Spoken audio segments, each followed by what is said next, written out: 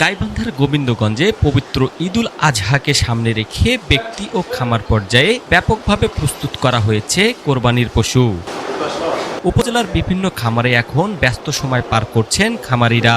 চাহিদার তুলনায় এবার অতিরিক্ত প্রায় ৭,০০০-এর বেশি পশু প্রস্তুত রয়েছে বলে জানিয়েছে প্রাণী সম্পদ বিভাগ। উপজেলা প্রাণী সম্পদ অফিস সূত্রে জানা গেছে, এবার কোরবানির ঈদে বিক্রির জন্য প্রস্তুত রয়েছে ৩৬,৭৭৪টি গরুসহ বিভিন্ন গবাদি পশু। অথচ উপজেলার চাহিদা রয়েছে ২৯,০২৪টি পশুর। অতিরিক্ত পশুগুলোকে ঢাকাসহ দেশের বিভিন্ন জেলায় পাঠানো হবে। শুধু স্থায়ী হাটে নয়, এবার অনলাইন প্ল্যাটফর্ম ও অস্থায়ী হাটের ব্যবস্থাও রাখা হয়েছে। ফলে খামারিরা সহজেই ক্রেতার কাছে পশু বিক্রি করতে পারবেন বলে আশা করছেন সংশ্লিষ্টরা। গোবিন্দগঞ্জের বিভিন্ন ইউনিয়ন ও পৌর এলাকায় ছোট বড় প্রায় ২,৭৮৫ জন খামারি ও ব্যক্তি পর্যায়ে পশুপালনকারীরা গরু, মহিষ, ছাগল ও ভেড়া প্রস্তুত করেছেন।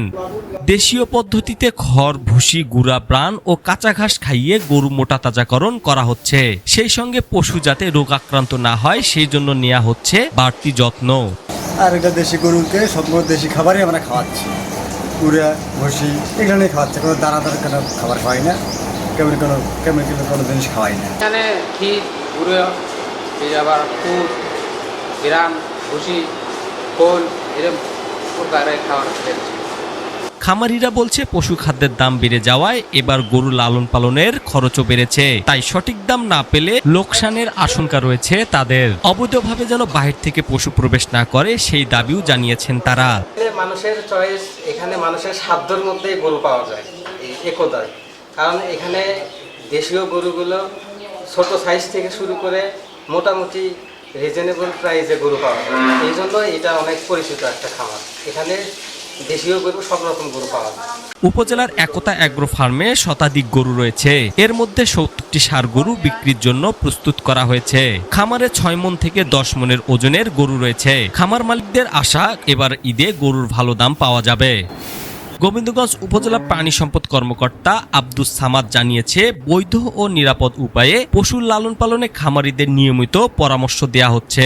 এছাড়াও কোরবানির পশুর হাটে রোগ আক্রান্ত পশু শনাক্ত করতে প্রাণী সম্পদ বিভাগের বিশেষ টিম কাজ করবে। কোরবানির জন্য আমাদের চাহিদা হচ্ছে ২৯,০০০, এখানে উৎপাদন হচ্ছে ৩৬,০০০।